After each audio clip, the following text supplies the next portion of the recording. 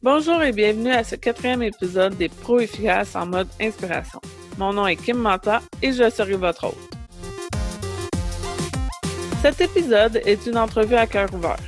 Il m'a fallu beaucoup de travail, de cheminement psychologique derrière ce témoignage. Je m'ouvre à vous. J'espère que les sujets sensibles qui y sont abordés apporteront de la valeur à votre cheminement individuel. Je souhaite que cela puisse donc vous aider si vous vivez des expériences similaires. Nous abordons les sujets sensibles tels que l'auto-sabotage, le sabotage familial, le sabotage entre collègues, la violence conjugale. J'aimerais mentionner que pour arriver à livrer ce témoignage avec le sourire aux lèvres, j'ai vraiment dû travailler sur moi, me développer en tant que personne et consulter quelquefois aussi. Donc, j'insiste.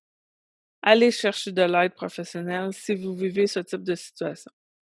Les professionnels sont là pour vous aider à cheminer, et même s'il y a des difficultés relationnelles avec votre entourage, c'est possible de travailler sur vous d'abord afin d'améliorer les relations avec les autres, ou parfois déterminer qu'il faut mettre fin à certaines relations.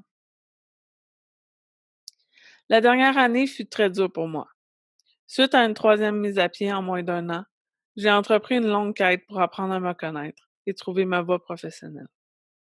Aujourd'hui, je suis super heureuse et sur mon X avec ProEfficace. J'interagis avec des solopreneurs, des travailleurs autonomes, des petites entreprises et je les aide à développer leur entreprise sur le web. Je les aide à implémenter les outils et à automatiser leurs tâches pour être plus efficaces au quotidien. Cela combine vraiment une multitude de mes compétences et me rend heureuse de vous aider au quotidien. Passez voir ma page Facebook au www.facebook.com/proefficace. Je me sens privilégiée et choyée de partager cet instant d'intimité via ce podcast, directement dans vos oreilles. J'ai démarré ce podcast de ProEfficace pour parler d'efficacité professionnelle. Et pour moi, aujourd'hui, ce podcast s'intègre à l'efficacité dans le sens que si on n'est pas bien, si on n'a pas le support avec nos collègues, avec notre famille, avec nous-mêmes, c'est très difficile d'atteindre une certaine efficacité dans son entreprise et de persévérer. Donc, c'est pour cela que j'ai accepté de rencontrer Madame Jacqueline Arbogast, une psychologue spécialisée en relations humaines. Donc, qu'il s'agisse de relations de couple, de relations familiales, de relations au travail, elle pourra nous aider à améliorer nos relations avec les autres et donc de devenir plus efficaces au sein de notre entreprise. Auteur de 2 livres sur le sabotage, nous aborderons aussi les relations humaines sous cet angle. Vous trouverez tous les détails de l'épisode ainsi qu'un document de réflexion au www.proefficace.com/épisode 004. Alors voici sans plus tarder mon entretien avec Madame Jacqueline Arbogast. Bonne écoute!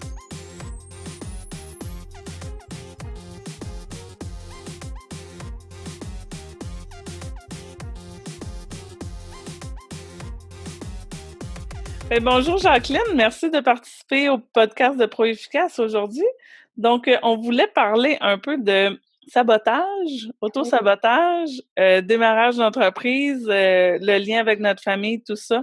Comment l'entrepreneur débute son cheminement en entrepreneuriat. Donc, c'est souvent des moments charnières là, dans une vie. Hein? C'est difficile de se lancer. Donc, moi, je vous ai abordé là par rapport à mon témoignage personnel. Donc, si je peux mettre en scène un petit peu, moi, j'ai fait des études quand même de haut niveau en génie électrique. Oui. J'ai poursuivi au MBA en gestion des entreprises et ça doit faire un bon 3-4 ans là, que je me cherche assez intensivement au niveau entrepreneurial. Donc, j'ai essayé un peu de tout. J'étais en marketing multilevel, là, les MLM, essayer de vendre des produits via ça, essayer d'être un peu un coach accompagnatrice. Puis bon, tu sais, ma famille a trouvé les instants pénibles un peu à m'accompagner là-dedans parce qu'ils voyaient un peu que j'abandonnais tous les efforts que j'avais au niveau du baccalauréat, de la maîtrise. Ils voyaient plus ou moins la pertinence de mon cheminement. Ma famille étant des gens salariés qui ont été Qui sont dans la sécurité, pas dans dans la l'autonomie. sécurité, dans le syndicalisme, bien Oui. protégés dans leurs emplois, des emplois comme ma mère est infirmière, elle va Si je pas comprends manquer bien, vous étiez le vilain petit canard de la famille. de toujours. Mais tu sais, c'est ça, comme ma mère, elle peut pas manquer d'emploi. Tu sais, elle est infirmière. Mmh, On va ouais. s'entendre, c'est pas ceux qui chôment le plus Ah non, souvent. ça c'est clair, hein. Mon papa, il était col bleu à la ville, donc bien syndiqué, Oui. ancienneté, tout ça, Et bien oui, et là, établi. vous sortiez du cadre et là, vous alliez vers quelque chose qui, pour eux, semblait insécure, qui, oui, et je pense que, comme vous dites, vous vous êtes beaucoup cherché, donc eux ne voyaient pas vers où vous vouliez aller. Et donc, ils pouvaient avoir des peurs parce qu'ils avaient toujours été dans un chemin bien tracé, hein, comme vous le dites, fonctionnaire, des métiers où on est salarié, on sait où on va. Puis là, vous sortiez de vous sortiez de ce chemin, Ouais. mais ça fait peur l'inconnu. Même pas seulement pour la personne qui le vit, mais pour l'entourage aussi. Et quand ça dure, vous parlez de 3-4 ans, vous êtes investi dans des études quand même d'assez bon niveau, Mmh. investi à tout niveau, je veux dire en temps, en argent, en implication, puis vous laissez tomber. La plupart des gens vont se dire mais qu'est-ce qui se passe? Mais pourquoi elle fait ça? Mais ça rime à quoi? Ça n'a pas de bon sens. Vous comprenez? Mmh. Ils ont une réaction, j'allais dire, bêtement normale. Vous comprenez? Et il y a une logique là derrière. Seulement, c'est vrai que quand on fait la même démarche que vous, parce qu'on sent qu'on est à plat ailleurs, on sent que ce qu'on a fait ne nous satisfait pas entièrement ou ne nous comble pas entièrement et que on veut trouver ce qui va nous permettre de nous d'user notre plein potentiel, de pouvoir nous épanouir complètement, de pouvoir vraiment être aligné, hein, faire ce qu'on dit et dire ce qu'on fait. C'est vraiment, des fois, ça demande beaucoup de recherche, effectivement. Ça nous demande de tâtonner, ça nous demande d'aller à droite, à gauche, parce que c'est pas une ligne droite, ça passe et puis ça revient. C'est ça un cheminement. Et beaucoup d'entrepreneurs passent par là, évidemment. Mais ça me fait penser, tu sais, vous dites l'accomplissement, être comblé, c'est vraiment la pyramide de Maslow, mais que ce qui fait peur, c'est que pendant qu'on est en train de chercher l'échelon supérieur, Oui. ben les échelons inférieurs, ils sont massacrés un peu, hein? Oui, il peut y avoir des situations un peu compliquées. Je me souviens, moi, que j'ai été pendant plusieurs années sous le seuil de pauvreté Mmh. parce que je voulais m'installer comme thérapeute à mon bureau. J'étais salariée avant et puis oui, il y a des moments de galère, bien sûr, et j'imagine que vous en avez connu aussi. Oui, Hein. oui. Quelle personne qui a réussi n'a pas eu des moments difficiles? Ouais.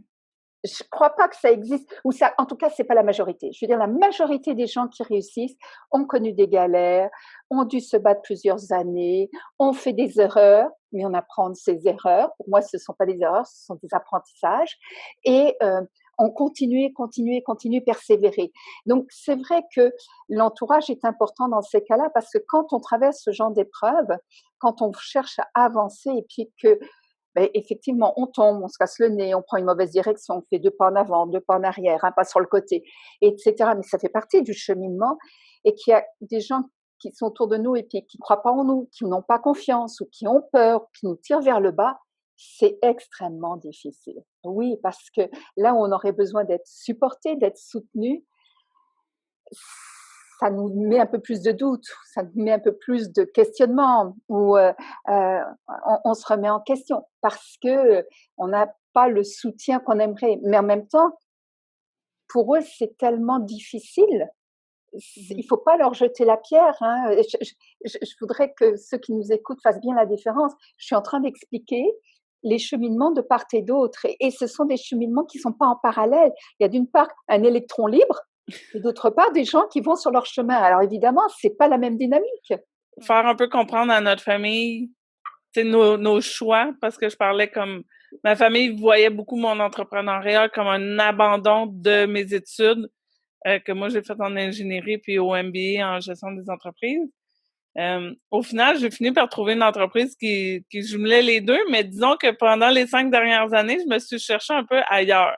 Oui, Là, ma famille se questionnait beaucoup, tu sais, mais là, tu as tout fait ces études, là, tu as mis beaucoup d'argent, comme, mais tu sais, en même temps, ben, tu sais, je voudrais pas dire qu'ils m'ont saboté, mais c'est probablement que j'ai trouvé des réponses dans ce que vous allez parler de sabotage, que c'est en tout cas, le nivellement vers le bas. voilà, c'est ça.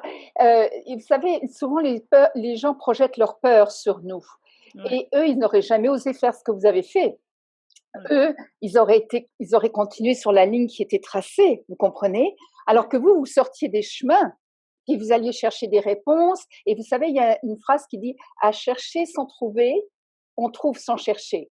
Et c'est en cherchant, cherchant, cherchant que finalement on arrive à quelque chose qui nous convient, quelque chose qui vient vers nous, quelque chose qui nous comble.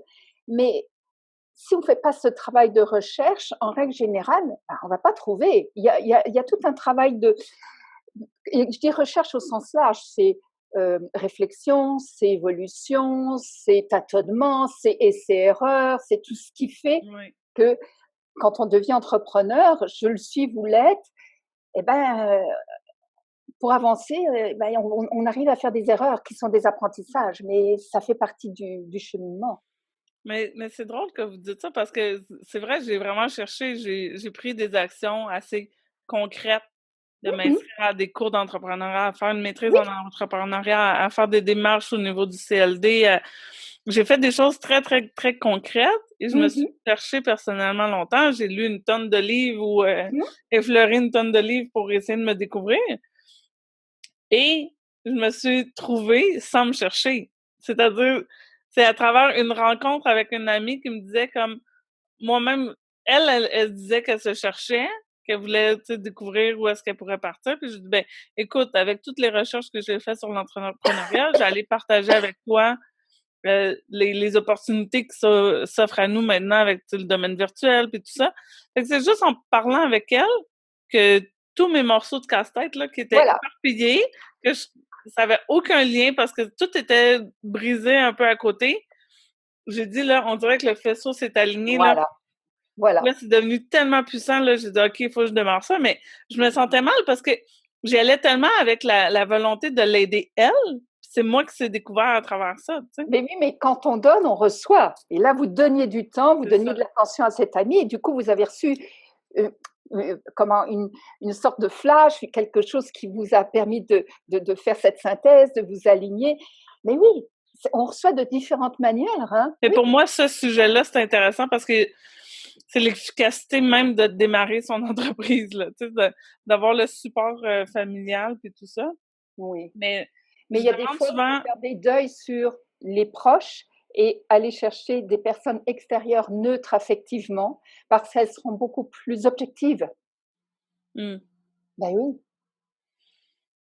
ouais, Il n'y a pas l'émotionnel chez les personnes qui ne sont pas liées à nous, affectivement parlant. ouais. J'ai même conseillé à un de mes amis, il me disait, ah, tu sais, son oncle, il pourrait être son premier client. Je- mais il n'y avait pas l'argent pour le payer. Je dis, ben, oublie ça, c'est pas un client, Ouais. tu sais. C'est comme, il veut bien faire, il est gentil et sympathique, mais, Mm. tu sais, va mettre ton énergie ailleurs sur quelqu'un d'autre, tu sais. Oui, C'est juste, c'est gentil, il veut te supporter, mais en fait, il va te nuire parce que si c'est pas un vrai client, s'il met pas l'argent, s'il met pas l'énergie, ben, oui, tout à il fait. va pas tester tes trucs pour de vrai, là. D'aller chercher le support ailleurs, là, de Oui, faire le deuil sur les proches, puis oui. parfois, tu sais, des fois, il y a des familles Oui, oui, exceptionnelles. bien On peut pas sûr. ajouter. C'est jamais absolu. Ouais. Bien sûr, chaque cas est particulier, mais on le dit souvent qu'en affaires, il ne faut pas mélanger l'émotion et les affaires parce que ça fait pas très bon ménage. Hein. Mhm. Donc, ça serait peut-être justement d'aller chercher le bon support, là, que ça pourrait être Oui, l'action à mettre en œuvre. Oui. Mais c'est ça, on parlait aussi de beaucoup de sabotage, auto-sabotage. oui, Pour mon entourage, pour eux, c'était peut-être une perception que je sabotais un peu mes études, tu sais, dans un certain sens. C'est que j'avais un certain bagage que j'abandonnais. Mais pour moi, ben, j'ai un peu la même philosophie que vous, que chaque aventure, c'est un apprentissage. Et je me suis bien vraiment sûr. efforcée toute ma vie d'en faire des apprentissages. Donc, les erreurs ou les trucs comme ça, ben après, tu sais que tu veux pas revivre cette situation-là Mais ou X, oui, Y, Z. Sauf que pour moi, mes études, c'est aussi je suis capable de transposer ça. c'est Tu sais? ça, c'est ce que j'allais dire, c'est que ça vous a appris la synthèse, la réflexion, l'analyse, ça vous a donné quand même des outils et des connaissances que vous pouvez transposer, bien Mhm. sûr. Je vous donne un parallèle. En tant que psychothérapeute, on nous demande d'avoir un niveau de maîtrise dans un autre domaine. Moi, auparavant, j'étais orthophoniste, mais il y en a d'autres qui pouvaient être infirmières spécialisées, sexologues, etc. Et ensuite de faire nos études. Pourquoi? Parce qu'on veut que les personnes aient un certain niveau de réflexion et d'analyse, bien sûr. Donc, vos études n'ont pas été faites pour rien. Elles vous ont forgé quelque part une manière de penser, une force d'analyse, une force de synthèse, une capacité d'étudier, une capacité de vous savez, les heures où on passe à faire des doigts, ben, les heures où on passe à développer notre entreprise. Vous comprenez qu'il y a des parallèles, même si c'est pas le même contexte, ça demande une énergie, La ça demande une capacité de persévérance. production. Oui, Oui. oui. Mais souvent, je me suis dit, tu sais, mon baccalauréat en génie n'aurait pas eu la même valence si je l'avais fait à temps partiel. Tu sais, je voyais des étudiants le faire à temps partiel, d'accumuler les crédits, puis je les regardais travailler, puis je me disais, eux, ils sont en train de manquer le bateau. C'est pas les crédits qui sont importants. C'est la façon d'être sous pression, de livrer la marchandise, de affiner notre efficacité, à produire la même réflexion. Si on est à temps plein, il y a quelque chose qui se produit, il y a comme, je sais pas, c'est comme le Pour placement vous, là qui prend. pour vous, C'est- c'était Pour important. moi, c'était tout le reste qui était autour que le contenu lui-même du cours. Mm.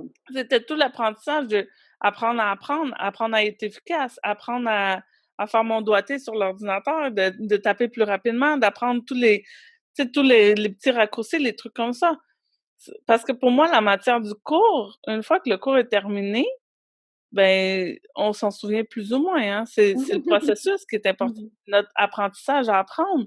À la limite, le cours, parce que, bon, moi, j'étudie en génie électrique, donc moindrement l'informatique va évoluer. Une Bien fois que sûr. le cours est terminé, le contenu du cours est déjà désuet. Oui, Tu bien sais, sûr. c'est peut-être Oui, pas le cas pour les mathématiques fondamentales ou la psychologie ou, tu sais, il y a des je choses qui vont comprends. rester oui, mais tu sais, il y a des choses qui vont rester quand même plus longtemps, tu sais. Mais parce qu'en psychologie, il y a quand même des choses ou même en électricité, il y a des choses qui durent depuis plusieurs années, mais il y a des choses que, ben, une fois que le cours est terminé, c'est déjà désuet, tu sais. Obsolète, oui.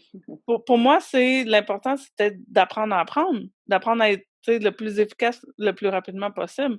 Donc, c'était le processus qui est important parce que c'est ce processus-là que, avec n'importe quel autre contrat, projet ou etc., j'étais capable d'appliquer le même processus. Tu sais, Parce mon que c'est cerveau. celui qui vous convenait. N'oubliez jamais que ça dépend des personnalités. Je vais vous raconter une anecdote. Un jour, j'observais des petites jumelles dans un parc d'enfants, un parc de jeux. Et il y avait là un petit toboggan. Vous savez, les tout petits toboggans où il y a 3 marches en plastique et puis ils descendent. Il y a une des jumelles qui s'est attaquée au toboggan. Alors, elle a essayé de monter les marches, elle glissait, elle tombait. Finalement, elle est arrivée en haut, mais elle s'est retrouvée la tête la première. Ensuite, elle s'est retrouvée sur le dos. Ensuite, elle s'est retrouvée la tête en bas. Elle a essayé, mais elle a essayé. L'autre jumelle observait, qui ne bougeait pas. Elle observait. Et à un moment donné, la jumelle qui s'était attaquée au toboggan, elle a fait son parcours classique, normal, sans problème. Et l'autre a suivi et l'a fait aussi. 2 manières d'apprendre. Ouais.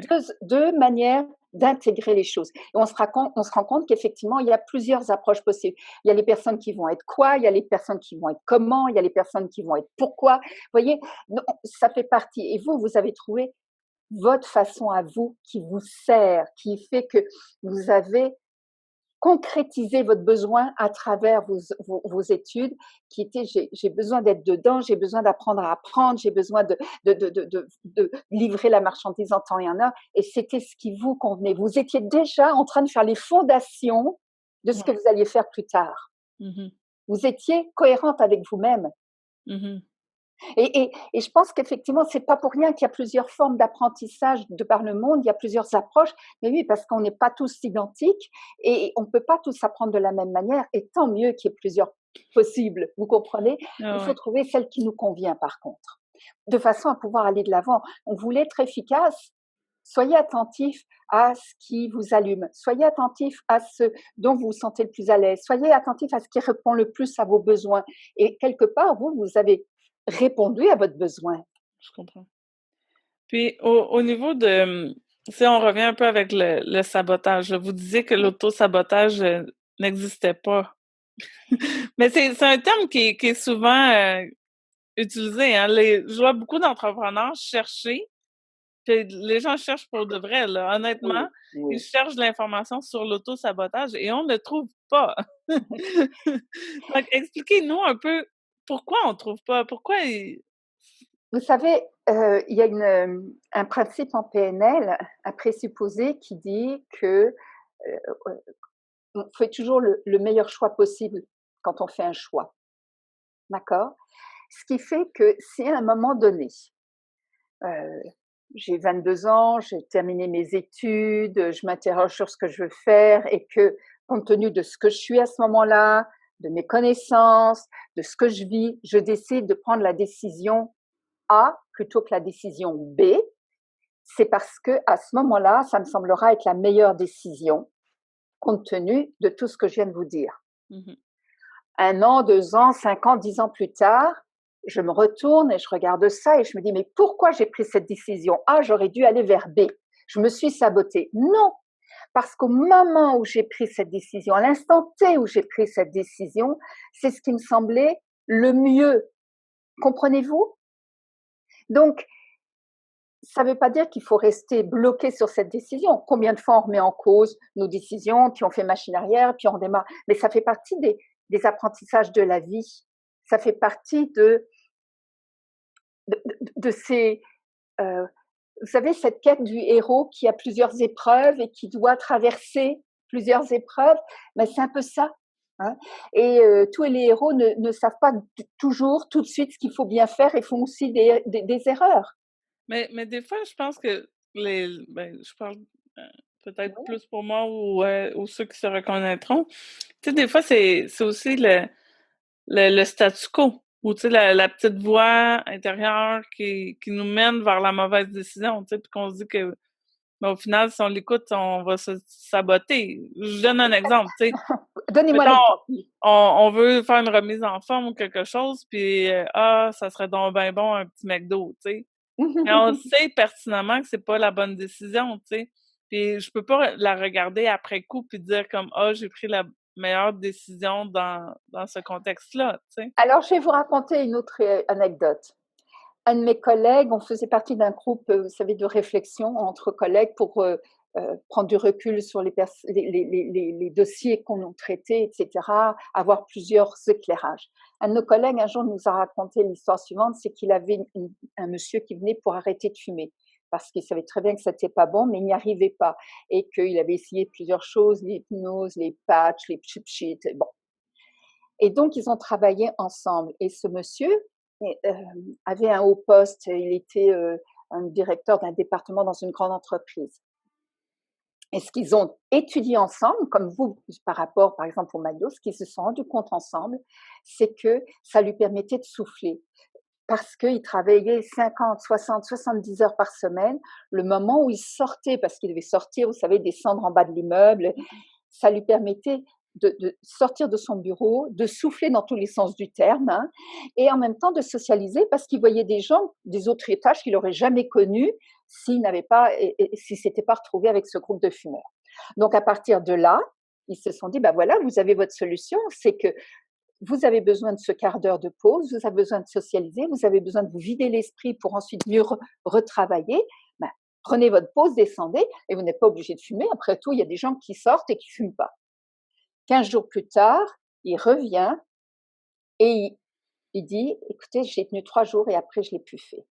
Ils se sont demandé pourquoi. Pourquoi lui qui voulait arrêter de fumer, qui avait trouvé que c'était un moyen de souffler, etc., recommencer.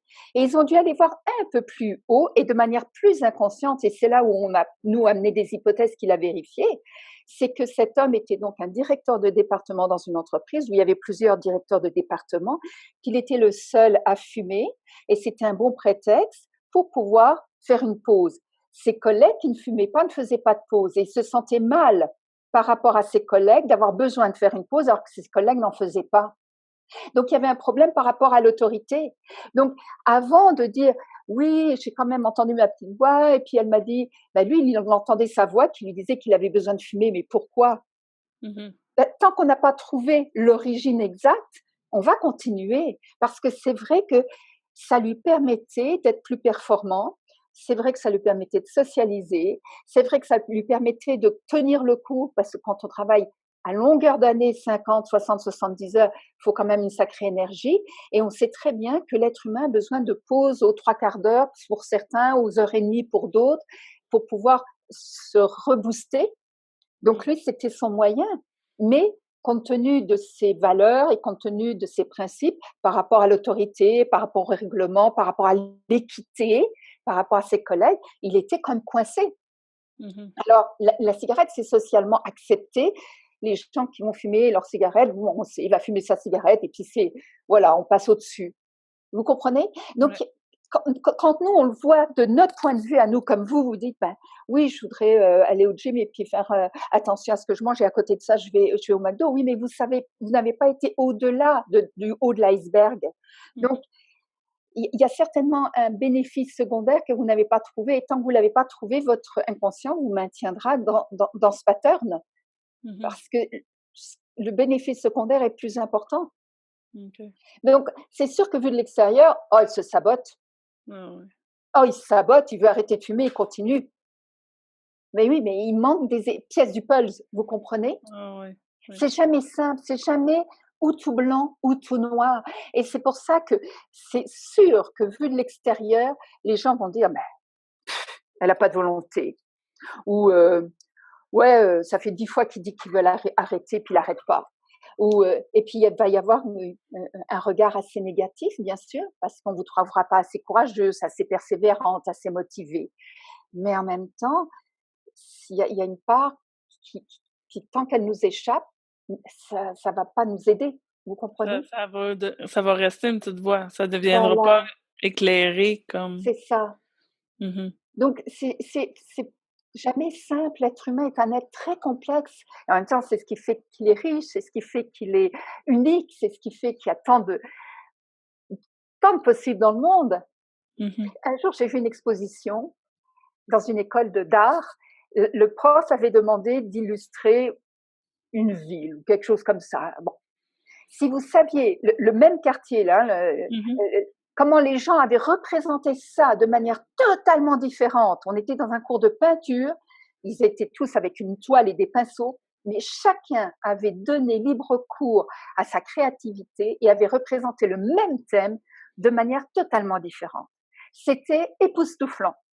Tous un regard différent, Et ça. oui, oui, et c'est ça la richesse de l'être humain. Mhm. C'est important. Et Mais se faire confiance aussi. oh, Ah, confiance. petite parenthèse. Je m'en allais vous relancer que vous disiez bon que l'auto-sabotage n'existait pas vraiment, qu'il y avait toujours quelque chose un peu plus Aller grand à chercher. aller chercher. Mais par contre, vous parlez que le sabotage, lui, existait. Oui, oui, il Mais faut là, bien vous faire la dites que l'être différence. humain est bon. Oui, oui, oui, bien sûr, mais OK. Alors déjà, faisons bien la différence. L'auto-sabotage, c'est ce qu'on s'applique à soi-même. Donc effectivement, la personne qui veut arrêter de fumer, qui fume, la personne qui veut arrêter de manger de la malbouffe et qui en mange, la personne qui veut arrêter de boire et qui boit, on pourrait penser que c'est de l'auto-sabotage parce qu'elle ne s'aide pas, d'accord? Et ce que je vous expliquais avant, c'est qu'il faut aller voir plus en profondeur. Le sabotage, par contre, c'est autre chose. C'est qu'une personne, dans un contexte donné, va saboter ce que vous faites, va vous voler des clients si vous êtes en entreprise, va vous donner un mauvais rapport, va pas vous donner les bonnes informations. Si vous êtes dans une équipe sportive, va saboter votre esprit d'équipe. Si les familles qui ont des problèmes au niveau des héritages, il y a souvent quelqu'un qui sabote, ça va durer pendant des années. Donc ça, c'est autre chose. Et ce sont souvent des personnes qui manquent d'estime d'elles et de confiance en elles et qui, du coup, voient l'autre comme un concurrent, comme quelqu'un qui risque de leur faire de l'ombre, comme quelqu'un qui risque de prendre leur place. Vous savez, quand dans une entreprise, vous avez une carrière, vous voulez grimper les échelons, puis qu'il y a quelqu'un qui est expert à côté de vous et vous redoutez que ça soit lui qui ait le poste que vous convoitez, et ainsi de suite. Et donc, effectivement, il peut y avoir des personnes qui sabotent ce que vous faites. Et j'ai des tas d'exemples autour de moi. Euh, j'ai un ami qui est dans la radio et il a été saboté par son associé. J'ai des gens en entreprise qui ont été sabotés par leurs collègues ou leur patron ou le collègue qui sabote le patron. Ça marche dans tous les sens, hein. Et les femmes sabotent autant que les hommes, hein. Là, il y a pas de discrimination, je vais vous dire. Qu'est-ce qu'on fait si nous-mêmes on est saboteurs, ben il faut travailler, j'imagine, sur soi, se développer, puis apprendre à élever les autres, puis à les reconnaître, puis à former l'équipe. Vous savez, un saboteur, c'est quelqu'un qui est intelligent, c'est quelqu'un qui a des ressources, c'est quelqu'un, mais qui manque beaucoup d'estime de lui et qui souvent est confronté à une situation qu'il ne maîtrise pas ou dont il a peur. Ou je me souviens d'un vendeur qui est un excellent vendeur, vraiment, puis il avait tout un réseau de clients, il était reconnu, quelqu'un de chouette, quelqu'un d'apprécié. L'entreprise dans laquelle il travaillait s'est remaniée, hein, et on lui a donné un poste de gestion d'équipe, de vendeur, hein, qui gère les autres vendeurs. Et ça n'était pas du tout son truc, mais vraiment pas. C'était pas un leader, c'était pas quelqu'un qui savait gérer le personnel. Et du coup, il s'est mis à saboter les gens pour pas montrer son incapacité. Mmh. Comprenez-vous? Et bon, heureusement, j'avais donné des tuyaux à quelqu'un qui me posait la question par rapport à ce collègue en disant mais qu'est-ce qui se passe, il a changé, etc. Puis on avait travaillé ensemble et puis il a pu du coup le supporter, l'aider, puis ça s'est mieux passé. Mais ça aurait pu être une catastrophe. Et tout ça parce qu'il n'a pas été placé au bon endroit, que ça n'était pas sa force et que lui, il avait tellement eu une réputation de quelqu'un qui réussissait, quelqu'un qui était à son affaire, quelqu'un qui avait les meilleurs résultats, qui voulait pas décevoir, et ça le mettait dans une situation intenable. Donc, vous Mais voyez, c'est des pas fois toujours des gens méchants, ouais, ce sont les circonstances. c'est ça. Des fois, il aurait pu prendre la même énergie, mais juste à l'investir, à encourager son groupe, puis il aurait été Il reconnu. n'avait pas ça, il avait trop Ouais, de c'est ça. peur, il avait trop d'angoisse. C'était pour lui, c'était effrayant. Comment qu'on fait quand on est dans une situation en d'être saboté? Comment qu'on Alors là, j'ai écrit tout un livre là-dessus qui ah s'appelle Les saboteurs sont parmi nous. Et toute la deuxième partie du livre, la première, c'est pour expliquer ce que c'est que le sabotage, les sabotés, les saboteurs. Toute la deuxième partie, c'est les outils, effectivement, pour s'en sortir. Parce que le saboteur ne choisit pas sa victime au hasard. Il va aller chercher une personne qui aura tendance peut-être à moins s'affirmer, qui aura tendance à ne pas vouloir entrer dans le conflit, qui aura tendance à être passionnée par ce qu'elle fait, et puis elle pense pas que d'autres gens autour d'elle peuvent euh, lui en vouloir parce qu'elle est passionnée par ce qu'elle fait. Donc, qui n'a pas cet état d'esprit qui fait qu'elle ne voit pas. Elle ne, vous savez, quand les gens venaient à mon bureau parce qu'ils avaient été sabotés, ils étaient proches de la dépression, voire déjà dépressifs. Pourquoi? Parce qu'ils n'avaient pas réalisé, parce que ça ne fait pas partie de leur état d'esprit, ils n'avaient pas réalisé tout de suite ce qui leur arrivait. Et comme ça s'était cumulé, à un moment donné, ben, le vase avait débordé. mmh. Donc vous êtes comme en train de dire que le saboté peut travailler sur lui-même Ah et oui, briser cette dualité-là. bien sûr. Bien Mmh. sûr. D'ailleurs, je n'ai travaillé qu'avec des sabotés. Et vous pensez bien que j'ai pas un jour un saboteur qui me dit écoutez, je suis un saboteur, je viens vous voir, je suis fière de l'être. Non, bien sûr que non. Ben, il va peut-être venir s'il est déprimé en burn-out, comme celui que vous me parliez, l'exemple que vous aviez. Et là, Il c'est va il grave. va consulter pour autre chose, puis se rendre compte qu'il a peut-être fait du sabotage. Mais il va pas venir consulter En pour le général, ce sabotage. sont les sabotés qui vont venir, c'est pas le saboteur. Le saboteur, il tombe rarement en burn-out, c'est le saboté qui tombe en burn-out. OK, OK, OK. Mais j'en glisse une petite Oui, parenthèse, là. Moi, en fait, je me suis sortie d'une relation en violence conjugale, puis j'étais la violentée, si on peut dire. la C'est ça, victime. j'ai la victime et quand j'ai consulté, quand on m'a dit qu'on allait travailler juste sur moi, tu sais, moi, je voulais donc bien amener, tu sais, l'autre personne en thérapie puis tout ça, puis que c'était lui qui devait changer, puis mais c'est lourd à porter de comprendre au début. Mais là, je vous l'ai expliqué, mais c'est parce que j'ai fait le processus moi-même, Oui, c'est la même chose, tu sais, je vois vraiment le lien entre les 2, c'est que quand le la personne violente n'a plus d'emprise sur nous, ben la tu sais, la La dualité, là, dynamique la change, dynamique est plus là. bien Mais sûr. ça a été difficile à expliquer à ma famille. Alors que Mais même de la eux-mêmes mettre pour soi-même, se dire: ouais, «Et j'ai joué un rôle dans cette relation violente, j'ai joué un rôle parce que j'ai pas mis mon pied à terre, parce que j'ai laissé faire certaines choses, parce que je me suis pas respectée, parce que j'ai pas mis les limites, parce que» bien sûr que c'est difficile déjà pour nous de l'admettre. C'est une mais sacrée remise en question. mais juste, c'est parce que ma famille me disait: «Oui, mais là, il doit prendre ses responsabilités, la pension, les ci, les ça». Je dis: «Non, moi, je veux plus rien». Tu sais, s'il l'envoie, c'est bien, c'est cadeau, mais s'il l'envoie pas, faut que je continue ma vie. La famille comprenait pas. J'étais comme: «Mais tant aussi longtemps qu'il a une emprise sur moi, tant aussi longtemps que j'attends quelque chose de lui, il y a un contrôle à quelque part». Ouais. La journée que j'abandonne toute idée, toute attente envers lui, il y a plus de cordes, il y a plus d'attache, il y a plus rien. Oui, Il il peut pourra plus nous plus, atteindre. il pourra plus, tu sais?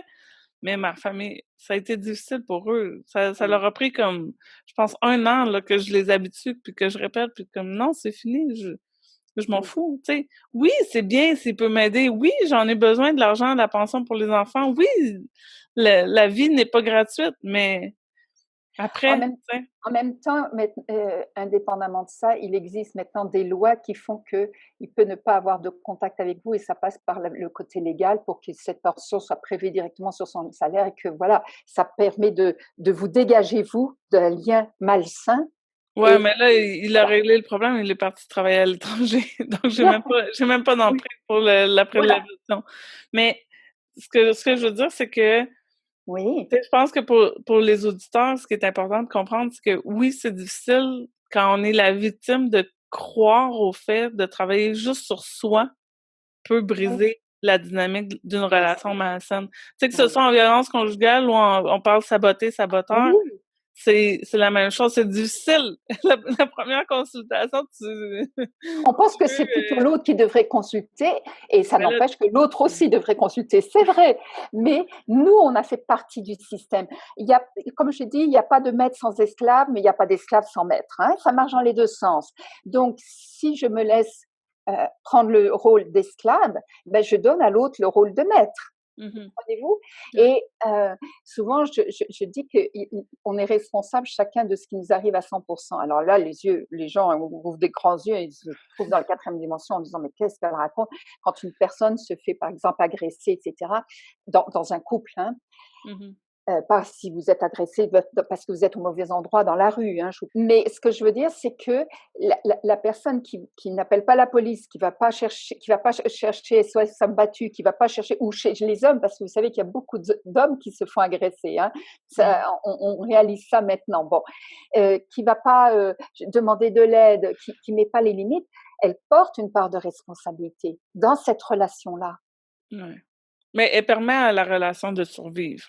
C'est peut-être la nuance, c'est peut-être qu'elle apporte pas la violence, mais elle nourrit la relation qui est malsaine, parce qu'elle Mais continue à souvent, laisser les portes C'est là, ouvertes. c'est ça qui est difficile parce qu'il y a des sentiments en plus là-dedans, sentiments amoureux et souvent la victime, hem, pense: «Il faudrait que je m'en aille, il faudrait que je le quitte, il y a de la violence, c'est pas bon».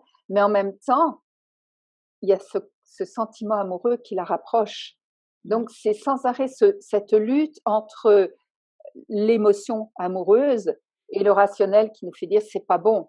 Puis l'émotion puis le rationnel. Et ça, c'est extrêmement difficile. Et j'ai eu des tas de clientes dans ma clientèle qui me disaient j'ai essayé 3 à 4 fois, puis je comprends pas, j'y arrive pas, etc. Et qui ont du mal à se séparer alors qu'elles vivent des souffrances, alors qu'elles sont pas heureuses, alors qu'elles sont capables rationnellement de dire mais il y a ça, ça, ça, ça, mais il y a le côté affectif qui fait que ça n'est pas évident du tout, bien sûr. Mmh. Il faut pas jeter la pierre, c'est pas facile. Mmh. Mais c'est la même chose dans le milieu du travail, là. Quand Oui, quand on parle que oui, l'émotion est là, c'est ton salaire, c'est la survie de ta famille. oui, Est-ce que tu bien sûr. peux juste quitter ou tu dois travailler sur à maintenir ton emploi? Est-ce que vous avez vu souvent des sabotés demeurer dans leur milieu de travail et réussir ou ils ont Ah oui, souvent ça quitté? dépend vraiment du contexte. Quand c'est le patron qui est le saboteur, souvent je dis courage, fuyons. Parce Oui. que là, il faut sauver sa peau. La hiérarchie est trop forte. Mais oui, puis quelqu'un qui ne veut pas changer, vous ne le changerez pas, donc fuyez. Mais il y en a d'autres, c'est changer de département. Il y en a d'autres, c'est se séparer de l'employé qui est un saboteur. Vous comprenez? Ça dépend, parce que ce n'est pas toujours les patrons qui sont saboteurs. Je vous dis, il y a eu des employés qui étaient vraiment des saboteurs, des collègues entre eux. On les met dans des départements différents. Et vous savez, vous connaissez cette expression, se passer la patate chaude. Mais combien de fois dans les entreprises, c'est ce qui se passe? Ils se rendent compte qu'une personne n'est pas adéquate et ils se la refilent tranquillement. Ben oui. Et ça prend un courage managérial pour Mettre mettre quelqu'un à fin la à un porte, il y emploi. a, il y a, il y a quand même des lois, des règles, donc on ne peut pas mettre les gens forcément à la porte comme ça. Tant mieux, c'est une protection, il ne faut pas cracher dans la soupe, mais Mhm. ça pose des problèmes par moment avec certaines personnes, bien sûr. Ben oui. Puis est-ce que cette patate chaude-là, à un moment donné, peut tomber dans une équipe que ça va être fonctionnel ou la personne va être saboteur tout le temps jusqu'à ce que... C'est travailler sur Non, l'estime? C'est que non, je si pense elle que tombe avec un manager qui va l'estimer suffisamment, oui, ça je va tout pense. changer? Oui, oui, je OK. pense qu'il y a moyen, parce que il y a le saboteur, il a des forces, hein, ne l'oubliez pas, et puis c'est quelqu'un d'intelligent. Donc si on va chercher ça, s'il se sent en sécurité, parce qu'il y a un manque de sécurité interne, hein, et s'il sent confiance, parce qu'il y a un manque de confiance en lui, eh bien il peut ne plus se sentir en danger. Vous savez, certains animaux, quand ils se sentent en danger, qu'est-ce qu'ils font? Ils attaquent. Mais s'ils ne se sentent pas en danger, ils attaquent pas. Donc, Mmh. vous voyez, c'est parce qu'il y a un peu de paranoïa quand même chez un saboteur qui pense que l'autre est dangereux. Donc, à partir du moment où il est rassuré, ça peut fonctionner. Puis, si on revient un peu avec la famille, là, Oui, est-ce que le fait de, tu sais, de ramener, de niveler vers le bas un peu, tu sais, de ramener les autres, je sais pas, dans le droit chemin là, de oui, le l'entrepreneuriat, chemin, est-ce alors que que c'est vous êtes un électron libre. ouais, c'est un peu du sabotage aussi ou c'est... Non, c'est une projection de leur peur en général. OK. Vos parents sont un bel exemple. Merci de l'avoir livré. C'est que ils ont connu qu'un seul chemin et ça les a rassurés. Vous savez, l'être humain, il est partagé entre la sécurité, les fonctionnaires, c'en sont un bon exemple, et l'autonomie, James Bond. Vous voyez, on ne peut pas plus opposer, d'accord? Et un entrepreneur est du côté autonomie, beaucoup plus qu'un fonctionnaire. Et, c'est un éventail, hein, et suivant les personnes, ben on est plus là, là, là, là, ou très, très autonome. Vos parents sont là, puis vous êtes là. Ouais. Vous Mais comprenez? Pour eux, c'est c'est à drôle parce que l'opposé. la dernière fois qu'on avait parlé, vous m'avez donné le mandat de trouver comme les valeurs qui m'avaient été transmises pour parler avec mes Oui, parents de cet exercice-là. Et il y a deux valeurs que j'avais pris en note là, qui étaient très, très fortes. C'était d'être travaillante et autonome. Mais moi, je suis l'aînée d'une famille de 4 enfants. J'ai eu moi. Ensuite, 2 ans plus tard, ma mère a perdu un enfant. Donc, j'ai mis un décalage de 6 ans avec ma deuxième sœur. oui. Mais ensuite, il y a eu 3 enfants. Donc, Mhm. euh, donc moi, avec ma première sœur, j'ai 6 ans de Ouais. différence. Puis elle a 2 ans, puis 2 ans avec l'autre. Donc, j'ai 10 ans de différence avec le plus jeune. Oui, c'est ce qu'on appelle une génération d'écart. Vous vous rendrez compte? C'est 10 C'est ans, une énorme. génération. Mais bon, c'était moi la gardienne. Tu sais, c'est moi la Ouais. gardienne de mes frères et sœurs souvent. Donc, ma vie, mes parents, ils m'ont formée dans l'autonomie. J'ai trouvé... L'autonomie, attendons-nous. Eux, je pense qu'ils se pensent autonomes dans des tas de domaines de leur vie. Autonomes financièrement, autonomes dans leur choix de vacances, autonomes. Vous comprenez, on ne parle pas à ce moment-là, on est sur un plan plus matériel. Quand je parle de sécurité et d'autonomie, c'est à l'intérieur de soi, se ressentir une sécurité interne et une autonomie qui fait que même si on n'a pas beaucoup d'argent, même si on voit que notre entreprise, ça fait des hauts et des bas, on continue parce qu'on n'a pas ce besoin de sécurité matérielle. Vous voyez, c'est une sorte d'autonomie psychique qu'on a.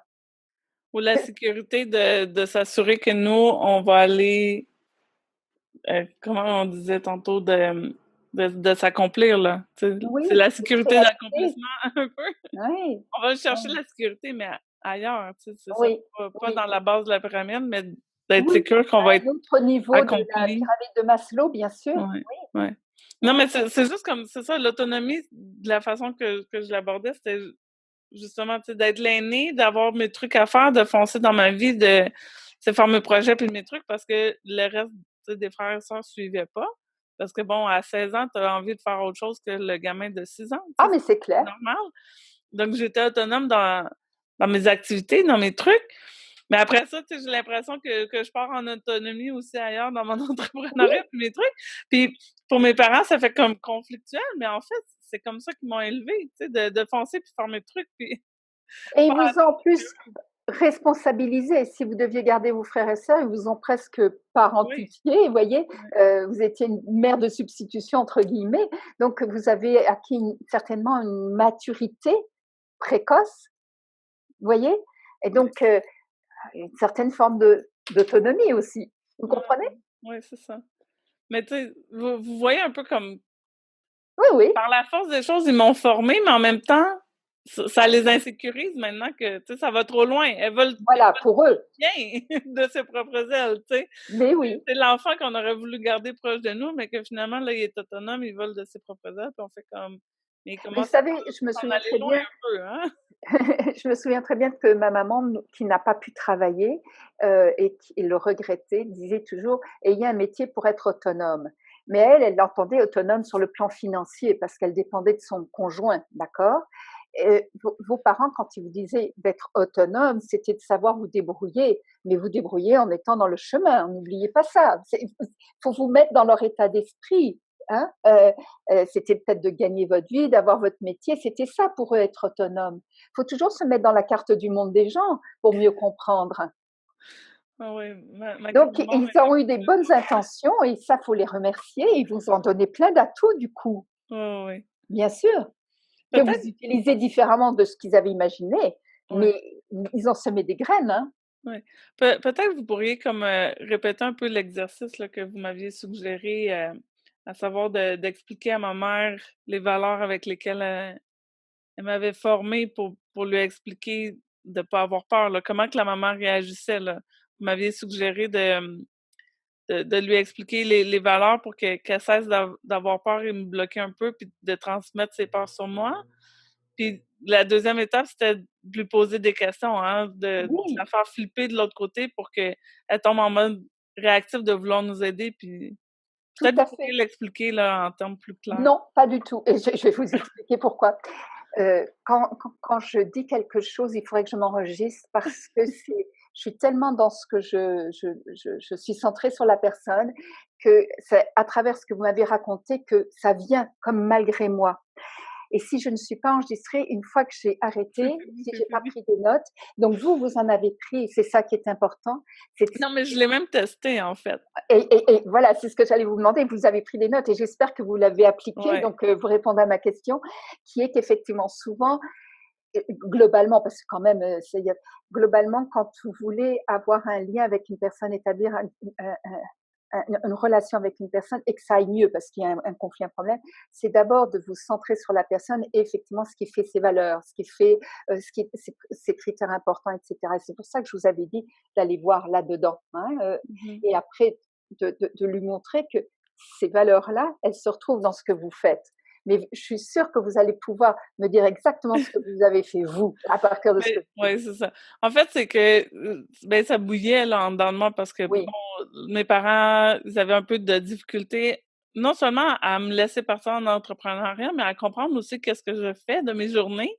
oui, Parce que pour eux, je suis à la maison toute la journée, hein. Ils peuvent m'appeler comme ça, je peux aller faire une commission, je peux intervenir, mais c'est bien la liberté de dire que je peux prendre congé quand je veux, quand les enfants en ont besoin, mais les autres journées sont sacrées. Je dois travailler, je dois mettre des heures à accomplir certains projets. Il y a des choses qui sont pas perceptibles tout de suite, tu sais.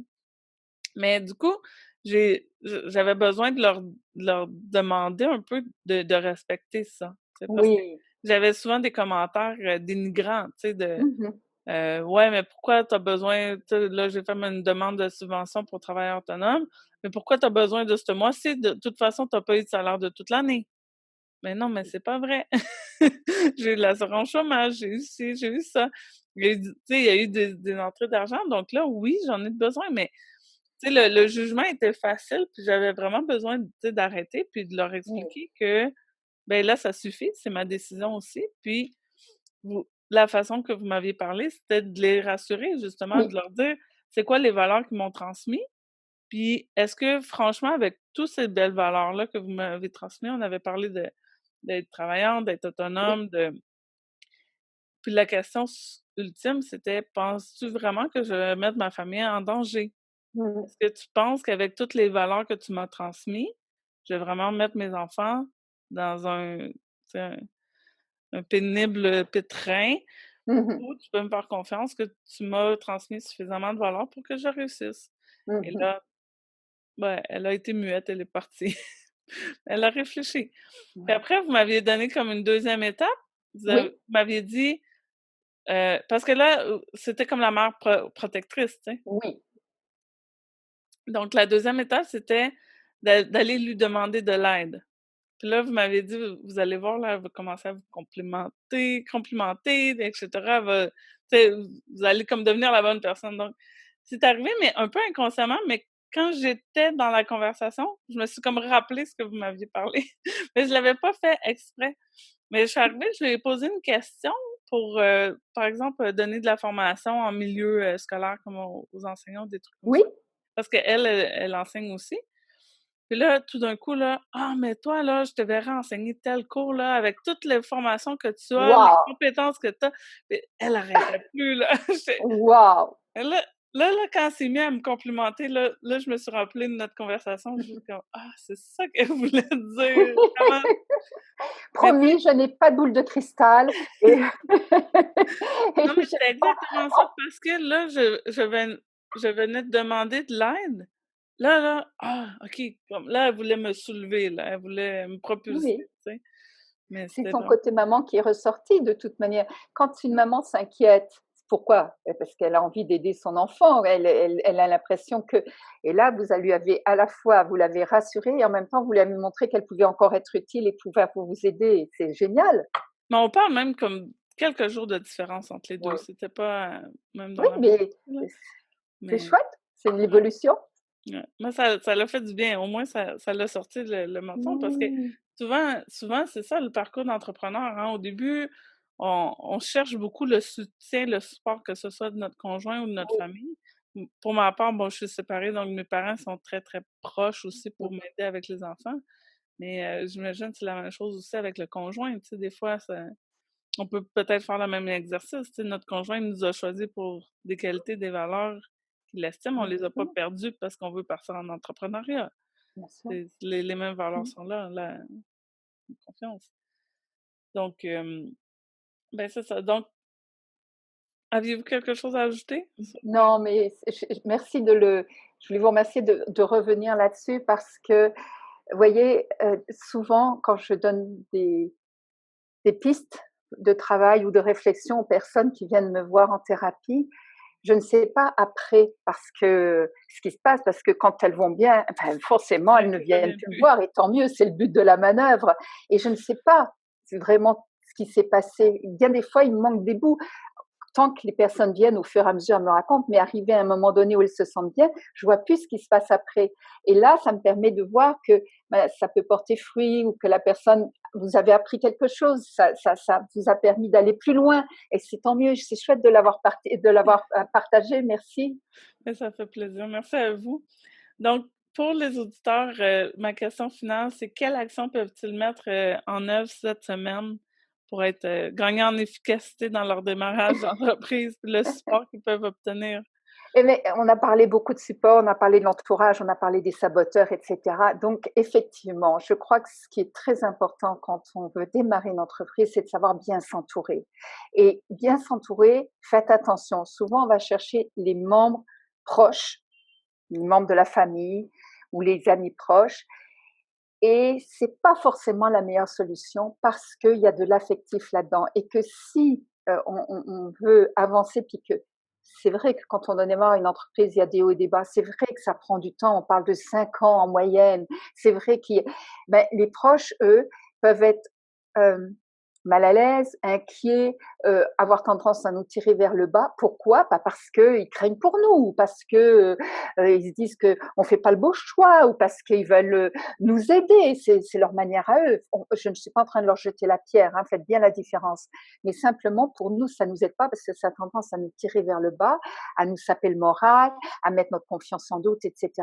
Donc, des fois, il vaut mieux aller chercher un support d'une personne dont c'est l'expertise d'abord et qui est neutre, affectivement parlant, parce qu'il n'y aura pas d'émotion. Il n'y aura pas ce côté émotionnel qui fait on va être tiraillé et qu'elle saura nous réaligner. Écoutez, moi, actuellement, je prends les services d'une coach. Pourquoi? Alors que je suis moi-même coach, mais j'ai cherché une coach en travail parce que j'ai un projet et que je veux qu'elle me guide de manière neutre, objective, et qu'elle me fasse réfléchir et puis qu'elle me, me comment je dirais, me supporte, me guide, hein, dans ce que je fais. Et je veux surtout pas quelqu'un qui ait un lien affectif avec moi, parce que ça serait pas neutre, ça serait pas objectif. Donc, On peut, des fois, on parle en entrepreneuriat, on voit souvent le business partner ou c'est juste comme quelqu'un qui fait un peu, ou les groupes de mastermind aussi, qu'on peut aller chercher ce support-là, que les gens n'ont pas nécessairement un lien direct avec notre c'est ça, entreprise, mais qui comprennent un puis qui nous mentor. appuient, tu sais, Mmh. là-dedans. Parce Tout à que fait. Et ça, c'est important. Y arriver seul au jour d'aujourd'hui, c'est rare. Je crois pas que quelqu'un qui est vraiment réussi, par exemple dans son entreprise, il ait vraiment réussi tout seul. C'est de plus en plus rare aujourd'hui. Je pense qu'on a besoin effectivement de s'entourer, oui, parce qu'on ne connaît pas tout. Je veux dire, on n'est pas, des génies, on est des gens normaux, mais qui avons des objectifs, des buts, des visions. C'est parfait, mais on a besoin d'être entouré. Et donc, savoir se donner un bon support, savoir aller chercher les bonnes ressources, savoir déléguer, oui, ça, c'est les premières choses à faire. Alors, n'hésitez pas à suivre des cours, à aller chercher de l'aide, à faire partie de groupes. Tu parlais de groupe mastermind. Oui, c'est important, bien sûr. C'est une des premières choses à mettre en place pour se sentir accompagné, guidé. ouais, je pense, il y avait pas Brian Tracy qui avait dit il y a personne qui est un self-made. Tu sais, ça existait pas, tu sais, il y a rien qui est plus faux que d'être un self-made millionnaire ou quelque chose comme ça. On est tous, tu sais, on a tous eu nos influences, nos personnes qui nous ont aidés, qui nous ont accompagnés, mentorés, coachés, et cetera. Tout à fait. Il y a du support partout, puis il y en a pour tous les budgets, évidemment, là. Oui, C'est sûr que oui, le oui, oui. coaching, Et il on y a peut plus trouver des d'argent à cours qui sont investir. gratuits, on peut trouver Ouais, des mentorats, on peut trouver vraiment, je trouve ouais, qu'il y a beaucoup, beaucoup de ressources. Et au Québec, pour ça, c'est génial. ouais. Écoutez, vraiment, je trouve qu'on est privilégié à ce niveau-là ici, par Mmh. toutes les ressources possibles. Alors oui, des fois, on rentre pas dans la bonne case, mais quand même, elles existent, ces ressources. Même si on n'y a pas droit, nous, elles existent. Je trouve ça génial. Même au niveau comme moi, j'ai été pour le soutien aux travailleurs autonomes, Mmh. mais à travers ça, on a une agente qui s'occupe de nous, tu sais. Juste pour ça, j'ai Oui, allé chercher le coaching, tu sais. c'est Puis moi, je ça, lui ai dit: «Là, c'est sûr que je suis dans ton bureau à toutes les semaines, là, parce que bien je veux sûr. que tu me pousses, je veux que tu m'aides à réfléchir, à me questionner». Puis Exactement. des fois, le coach n'a pas nécessairement besoin de tout savoir, hein, parce que c'est à l'interne, c'est dans nous, hein.